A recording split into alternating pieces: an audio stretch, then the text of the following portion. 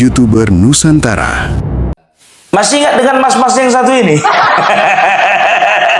Hah? Masih. Kemarin kan katanya nonaktifkan, dinonaktifkan oleh DPR RI, kan begitu. Sekarang aktif kembali dan langsung mendapat posisi Wakil Ketua Komisi 3 DPR RI. Luar biasa. Paten kali. Dibilang sama masyarakat, ini orang kita nonaktifkan. Jangan khawatir rakyat, jangan khawatir masyarakat. Orang-orang seperti ini memang layak untuk mendapatkan hukuman. Pura-pura. Gak tahu ya aktif kembali, dia bukan cuma sekedar aktif. Wakil ketua. Kita buka dulu ya. Pimpinan Komisi 3 DPR RI dari fraksi Partai Nasdem mengalami perubahan yang semula Saudara Rusdi Mase Mapasesu A24 digantikan Dr. Haji Ahmad Saroni SEMI Kom A38. Hari ini Saudara Ahmad Saroni SEMI Kom A384 akan ditetapkan sebagai Wakil Ketua Komisi 3 DPR RI menggantikan Saudara Haji Rusdi Mase Mapasesu A424. Untuk itu kami selaku pimpinan rapat akan menanyakan kepada anggota Komisi 3 DPR RI, apakah Saudara Dr. Haji Ahmad Saroni SEMI Kom A384 dapat disetujui untuk ditetapkan sebagai Wakil Ketua Komisi 3 Dewan Perwakilan Rakyat Republik Indonesia?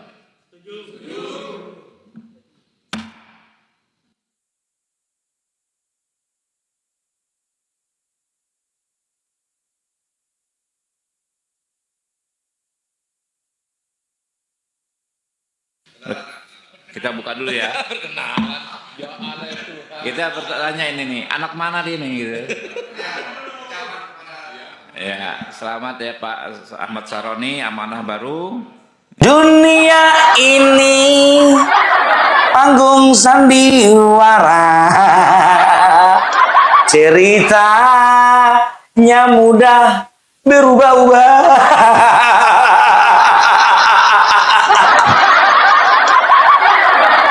Ada yang dinonaktifkan, beberapa bulan diaktifkan. Mengapa kita bersandiwara? Mengapa DPR bersandiwara? Luar biasa, ternyata DPR adalah panggung sandiwara terbesar di seluruh Indonesia. Keren. Giliran Ekopatrio kapan, Pak? Langsung aja Ekopatrio, Pak. Langsung dia itu Wakil Ketua Komisi 1. Kuya Wakil Ketua Komisi 2.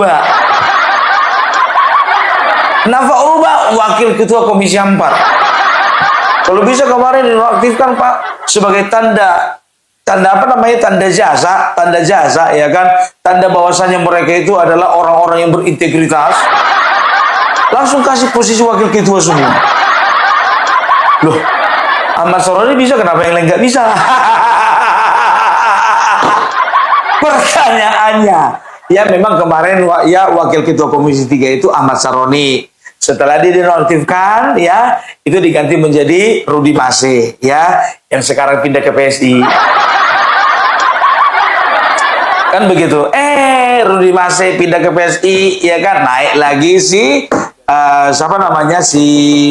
Ahmad Saroni.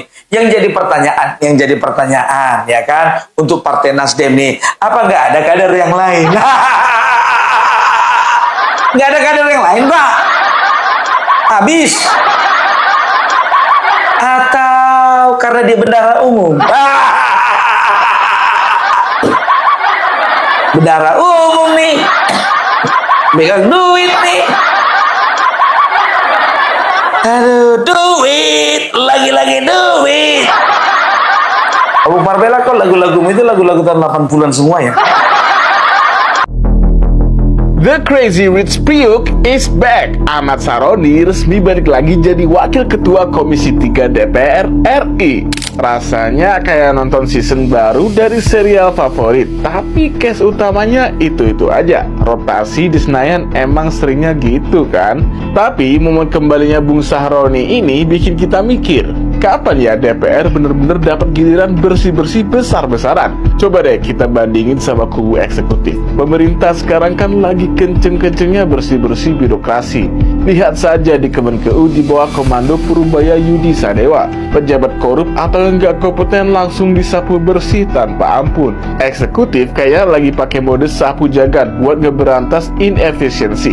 Tapi anehnya, angin bersih-bersih ini jarang banget niup ke arah Senayan. Kenapa lembaga legislatif terkesan untouchable? Dalam ilmu politik ada adagium klasik, quis custodiet ipsus custodes. Siapa yang mengawasi? Para pengawas. DPR itu tugasnya mengawasi pemerintah. Komisi 3 contohnya ngawasin penegak hukum. Tapi kalau mereka yang bermasalah, siapa yang berani nyentuh? Ini yang disebut sebagai principal agent problem. Kita sebagai rakyat adalah prinsipal atau bosnya, dan DPR adalah agent alias pegawai kita. Masalahnya, si agent ini sering punya aturan main sendiri yang bikin si bos, yaitu kita, susah buat ngevaluasi atau mecat mereka di tengah jalan. Makanya, beda sama menteri yang bisa di reshuffle kapan aja, jarang banget kita dengar ada pembersihan massal terhadap anggota dewan yang indisipliner. Kalau eksekutif aja dituntut untuk selalu transparan dan bebas dari benalu, masa legislatifnya masih dibiarin nyaman dengan status quo? Padahal produk hukum dan masa depan hajat hidup orang banyak di negeri ini diketoknya pakai palu mereka loh. Jadi kembalinya sosok-sosok lama ke posisi strategis kayak Bang Sahroni ini harusnya jadi pengingat buat kita semua bahwa reformasi dan bersih-bersih lembaga negara itu nggak boleh cuma tajam ke kementerian tapi malah tumpul ke Senayan. Menurut kalian gimana caranya biar DPR ini bisa ikut dibersihin ya? Udah kayak bisa nakal kita. Kalau ngomongin masalah bisa dibersihin atau nggak bisa dibersihin, udah nggak masuk akal lagi. Udah hilang akal kita. Bayangkan kalian DPR ini suka-sukanya, iya kan? Suka-suka partai, suka-suka ketua umum. Coba bayangkan kalian. Tapi memang betul sih, nggak separah PDIP. PDIP kan coba bayangkan kalian, ya kan? Mamanya ketua umum, anaknya ketua DPR. Cucunya ketua, ya anggota DPR. Masih muda loh. Satu lagi ponakannya, biar tahu kalian, nggak lolos dia bisa masuk, nggak lolos bisa masuk. Mana mau bersih-bersihnya? Kan begitu. Inilah dia, makanya aku bilang, ya kan, nggak cocok DPR itu dikatakan wakil rakyat, nggak cocok, nggak cocok. Dibilang kita pimpinannya, mereka adalah wakil rakyat. Mana ada pimpinannya nggak dilantik, wakilnya dilantik. Harusnya dilantik dua-duanya dong. Kan begitu. Nah ini wakil yang dilantik, kita nggak pernah dilantik. Kekuasaan di tangan rakyat, bohong. Cuman waktu pemilu saja, ya kan, menentukan siapa yang ada di legislatif dan juga siapa yang ada di eksekutif. Kita memilih, maksudnya cuma presiden wakil presiden. Yang lain itu kan yang lainnya itu kan kabinet kan itu kan bapak presiden yang milih, kan begitu. Sebatas itu doang, sebatas milih gitu loh. Ya kan, makanya dibilang kedaulatan di tangan rakyat. Enggak, kedaulatan di tangan partai politik. Kedaulatan sesungguhnya itu di tangan ketua umum. Jangan percaya kalian kalau dibilang katanya kedaulatan di tangan rakyat. Nggak ada. Nggak ada. Kedaulatan di tangan rakyat itu cuma berlaku untuk apa? Untuk partai politik. Kedaulatan di tangan partai politik, bukan rakyat. Begitu nyampe di sana suka-sukanya, kan begitu. Padahal rakyat ya waktu itu berteriak, turunkan, nonaktifkan Mas Sahroni, kan begitu. Diturunkan bulan 8, 9, 10, 11, 12, 1, 2, 6 bulan. 6 bulan juga, cuma 6 bulan cuti. Naik lagi. Lahan basah lagi.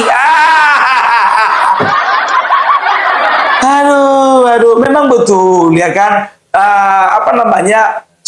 DPR itu sebagai pengawas. Nah, yang jadi masalahnya, siapa yang mengawasi pengawas, kan begitu. Rakyat nggak punya power. Bisa kita jadi pengawas tapi nggak punya power. nggak punya legal standing, nggak punya, hanya sebatas mengomentari doang. Ini bukan cuma soal Syahroni, ini soal sistem yang rusak. Pejabat yang cacat dan salah masih bisa bangkit lagi seolah tak pernah terjadi apa-apa. Integritas, akuntabilitas, atau ini cuma sekedar formalitas? Kalau rakyat yang salah, langsung diproses, langsung dihakimi. Kalau pejabat, direposisi dengan mudahnya. Kalian jangan pernah merasa kalian adalah wakil kami, karena kalian tidak pernah benar-benar mewakili rakyat dan suara kami. Apakah Saudara Dr. Haji Ahmad Sahroni, SEMIKOM A384, dapat disetujui untuk ditetapkan sebagai Wakil Ketua Komisi 3 Dewan Perwakilan Rakyat Republik Indonesia? Bobroknya politik Indonesia. Kemarin ngatain rakyat tolol, jadi penyebab kemarahan rakyat, nggak dihukum, dan sekarang jadi Wakil Ketua Komisi 3 DPR. Saya mau cerita ini ke Anda. Sekilas ini tampak seperti rotasi jabatan biasa, tapi bagi publik, Komisi 3 bukan sekedar kursi politik. Disinilah harapan reformasi hukum sering dititipkan. Disinilah kasus-kasus besar dipertanyakan. Dan disinilah negara seharusnya diawasi. Komisi 3 adalah ruang paling penting dalam pengawasan hukum, tempat polisi, jaksa, dan sistem peradilan diawasi. Maka pertanyaan ini menjadi wajar. Apakah kapasitas dan rekam jejak Sahroni benar-benar menjawab krisis kepercayaan publik terhadap penegakan hukum hari ini? Karena kita tahu, perjalanan politiknya tak pernah lepas dari kontroversi, pernyataan, dan sikapnya. Dan lebih dari itu, publik hampir tak pernah dilibatkan dalam penentuan posisi-posisi strategis macam ini. Padahal, Komisi 3 DPR bekerja atas nama rakyat. Tapi beginilah politik kita hari ini. Kita terasa sangat jauh dari perwakilan kita di pusat. Seberapa buruk kondisi ini dan seberapa jauh kita bisa mengubahnya, kami tuliskan itu dalam buku ini. Bagi kamu yang sudah memegangnya, kami tunggu resensinya. Ada hadiah 10 juta rupiah yang menanti. Lumayan buat THR.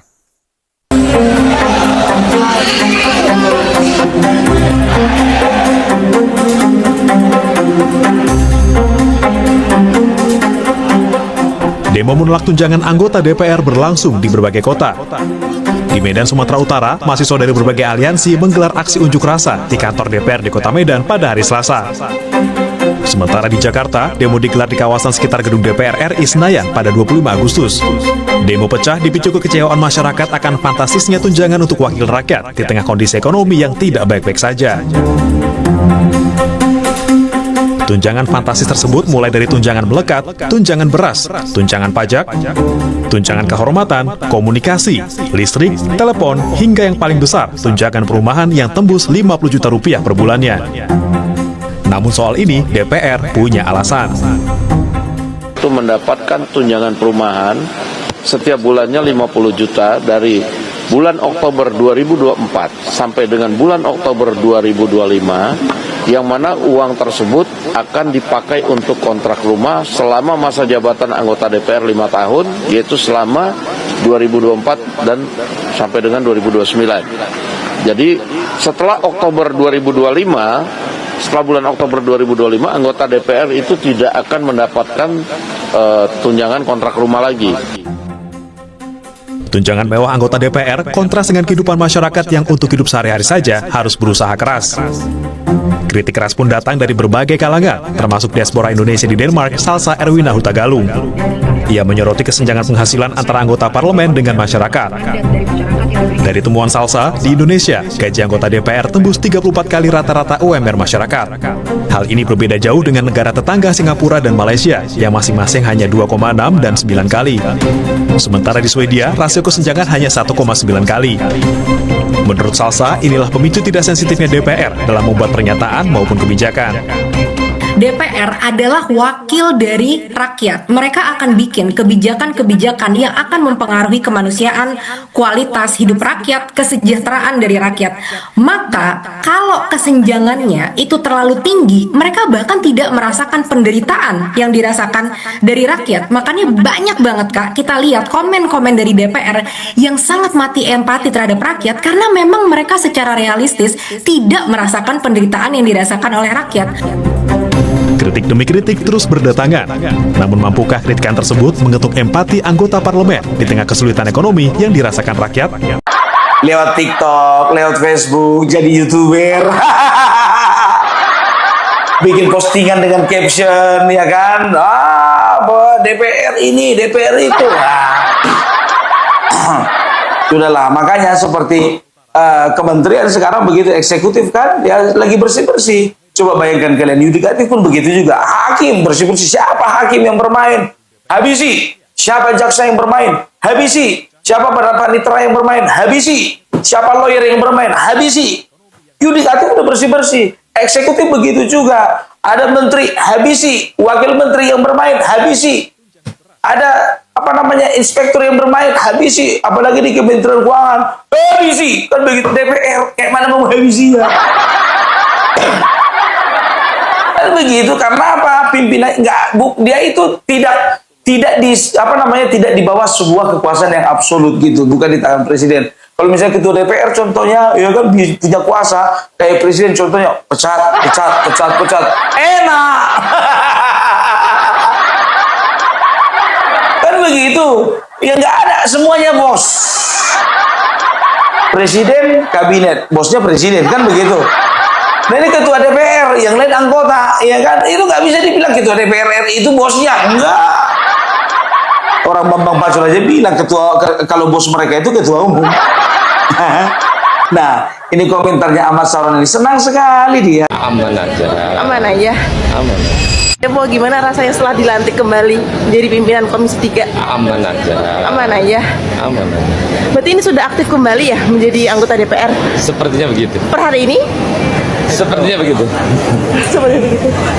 Apa visi misi yang akan diusung sebagai pimpinan Komisi 3? Ya, sama aja kayak biasa. Apa?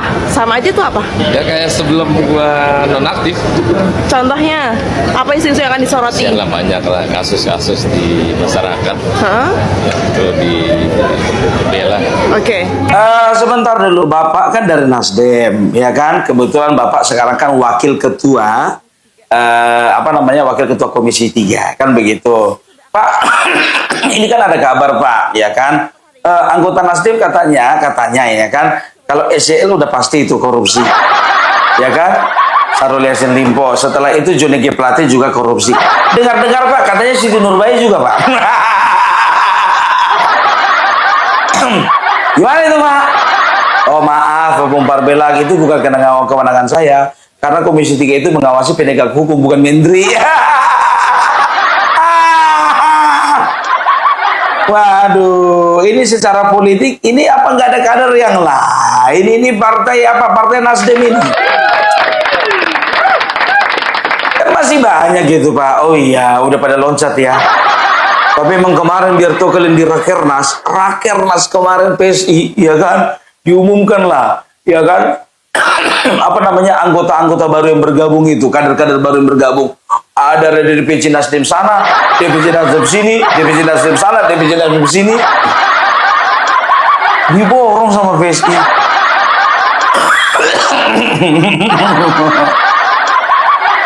Sorry ya batuk ya. Nah itu dia ya. Jadi kayaknya untuk kedepannya ya Bang Saroni juga hati-hati ya. Jangan pernah bilang lagi kalau masyarakat Indonesia bodoh. Kemarin kan pernah kan gitu kan, ada keluar kata-kata bodoh kan. Kalau bisa jangan ngomong langsung, pakai juru bicara. Sewa juru bicara ya. Itu dia, makanya itu yang ngomong itu bubarkan DPR itu bodoh, itu goblok gitu. Tahu Pak, saking bodohnya memang kami itu berhalusinasi bisa membubarkan DPR, padahal nggak bisa sama sekali. DPR itu nggak bisa dibubarkan sama sekali Pak, betul. Maafkan kami rakyat Indonesia yang berhalusinasi terlalu tinggi. Ekspektasi kami terlalu tinggi Pak, bahwasanya DPR bisa dibubarkan. Maaf. Ketua kelas, kalau nggak ada ketua kelas, kalau nggak ada wakil ketua kelas, jalan nggak program jalan, kan begitu. Rektor, kalau nggak ada wakil rektor jalan nggak program jalan, kan begitu, ya kan? Nah kalau misalnya presiden, kalau nggak ada wakil presiden, jalan nggak pemerintahan jalan. Rakyat, kalau nggak ada wakil rakyat, jalan nggak program? Nggak jalan. Makanya antara rakyat dengan wakil rakyat, ya ini adalah sesuatu yang kontra. Ini sesuatu yang kontra gitu. Secara fungsi rakyat, wakil rakyat. Rakyat kalau nggak ada wakil rakyat itu nggak jalan. Tapi wakil rakyat kalau nggak ada rakyat jalan. Wakil presiden bisa jalan kalau nggak ada presiden, nggak bisa. Harus dipilih dulu presidennya, kan begitu. Nah ini istimewa jadi wakil rakyat ini, biar tahu kalian. Tapi modalnya banyak modalnya. DPR RI kata siapa namanya, si Deddy Sitorus berapa? 30 sampai 40 M.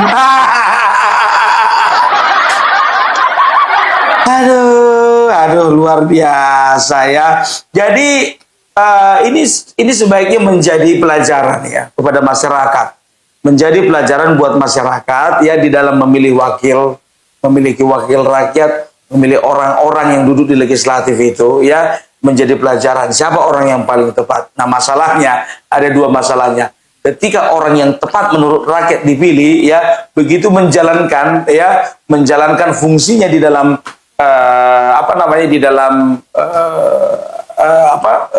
DPR ya, di dalam lembaga legislatif ya, ternyata kadang-kadang banyak juga yang mengkhianati tujuan awal, kan begitu. Nah ada juga yang jadi masalah, masyarakat rakyat ini ya memilih bukan karena figurnya, bukan karena perjuangannya, bukan karena apa, sembakonya. Makanya nggak heran ya, ku bilang sama kalian, maaf, seribu maaf, menurut pandanganku 90% yang duduk di anggota DPR RI, DPRD provinsi, DPRD tingkat kabupaten itu orang berduit semua. Orang kaya semua, biar tahu kalian. 10% itu sudah bisa dikatakan angka yang paling tinggi. Ya, itu pun bisa 7%, bisa 8% yang memang betul-betul tidak mengandalkan uang. Mana bisa Bung, kampanye tidak mengandalkan uang. Alat peraga kampanyenya, setelah itu sosialisasi, bensin segala macam, oke, taruhlah itu. Kan begitu. Tapi siram-siram ini kawan. Percuma, makanya gue bilang sama kalian, kalau aku pernah jumpa, biar tahu kalian,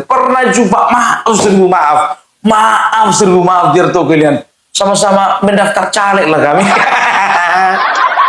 Aku kan udah punya pengalaman dari tahun 2004 sudah masuk partai politik, ya kan? Jumpalah waktu itu kalau nggak salah 2019. Ya 2019, nggak perlu kusebutkan dari partai mana aku waktu itu ya. Nah, jumpa aku sama seorang, kayak bisa dikatakan baru tamat sekolah, ya kan? Kerjanya main game di pulau sana. Waktu itu sama-sama di apa kami? Sama-sama di rumah sakit jiwa. Bukan pasien, tapi minta surat keterangan, kan begitu, ngambil surat keterangan ya. Nah, jadi kebetulan ku ajaklah ngobrol kawan ini, kok nyengar nyengir. Kamu mau jadi apa? Caleg. Dari partai mana? Ini. Dapil mana? Ini, kan begitu. Kayak gini belepotan mau ngomongnya, dan juga kayak orang, maaf, kayak ada kurang-kurangnya gitu.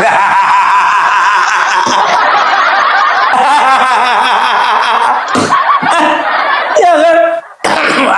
Apa ini, mungkin pelengkap juga ini, sama kayak aku pikirku begitu kan. Dan ternyata biar tahu kalian, ternyata begitu pertempuran ya kan, ya namanya juga kita pelengkap ya kan, cuma bantu-bantu kawan kan begitu. Suara dia paling banyak satu kabupaten. Nggak salah nih, pikirku begitu. Ini kalau nggak salah, ini orang yang kuajak ngomongnya lari-lari, nyengir. Ternyata dia anak salah satu kepala daerah. Anak salah satu kepala daerah. Nggak perlu kusebutkan kepala daerahnya, kepala daerah tingkat mana. Karena uang bapaknya. Kerja nyengir. Bayangkan kalian, ya kan, dewan di kabupaten tersebut, orangnya nyengir. Karena apa? Bapaknya. Kalau ku bilang partai mana, heran kalian nanti. Gak perlu kusebutkan partainya, gak perlu kusebutkan nama bapaknya, mamanya, gak perlu kusebutkan orang tuanya kepala daerah mana. Supaya aku gak berdosa dan aku gak dituntut. Biarlah ini menjadi pengalamanku.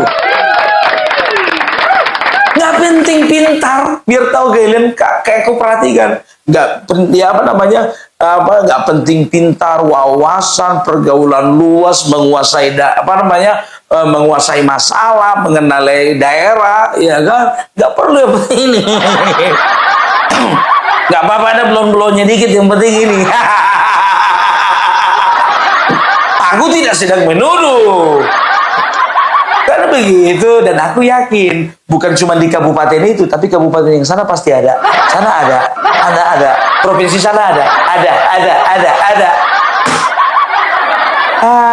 Kalau dewan pintar semuanya, itu bisa ruangan itu ribut menjadi menjadi arena pertandingan argumentasi dan juga narasi. Coba kalian perhatikan, ya kan? Orang, ya dewan yang bertaruh secara argumentasi, ya kan, bertaruh secara narasi, bertaruh secara opini, bertaruh secara prinsip, orangnya itu aja. Nampak mana yang mengandalkan otak dan mengandalkan uang. Tapi lebih paten lagi mengandalkan otak dan mengandalkan uang. Jadi anggota dewan itu mahal kosnya, bos, mahal. Nggak kayak menteri itu nggak perlu kos, nggak perlu, ya kan? Ada aja satu frekuensi antara presiden dengan dia, jadi itu marah. Iya, ada rupanya menteri mengeluarkan uang. Jadi menteri, ya kan, kampanye sana sini, mana ada. Itu dia, ya. Jadi coba bayangkan, di kejaksaan bersih-bersih, di kehakiman juga bersih-bersih, di kementerian juga bersih-bersih, iya kan? Kapan bersih-bersihnya di DPR? Ya, aku hanya bilang ya, silahkanlah. Ya, mari kita bersama-sama bermimpi. Ya kan? Oke? Itu dia. Ya, jadi itu dulu dari Opung Parbelak. Ya, kita akan lihat bagaimana perkembangan Ahmad Saroni ke depannya. Masih dibilang nggak kita goblok? Itu dulu dari Opung Parbelak. Salam NKRI harga mati.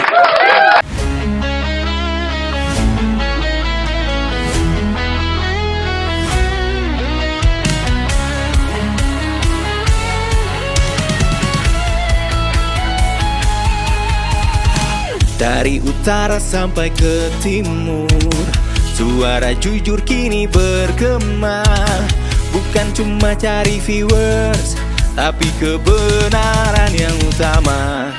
Melawan hoaks dengan fakta, cerdaskan bangsa kan menjadi nyata. Satu nusa, satu bangsa, bersatu lawan penjajah logika. Kami adalah YouTuber Nusantara, bersatu untuk lawan hoaks bersama. Tak gentar terus berkabar untuk bangsa demi masa depan Indonesia. Kibarkan semangat, ayo maju, tapaki jalanmu dengan ilmu. Nyatakan ke semua media, kebenaran selalu juaranya. Runtuhkan narasi penuh benci, hujat fitnah bertebaran, hancurkan negeri. Bersatu kita semakin teguh, YouTuber Nusantara maju. Bukan sensasi, bukan tipu daya, kami berdiri dengan berita nyata. Rakyat butuh cahaya, dan kamilah yang utama.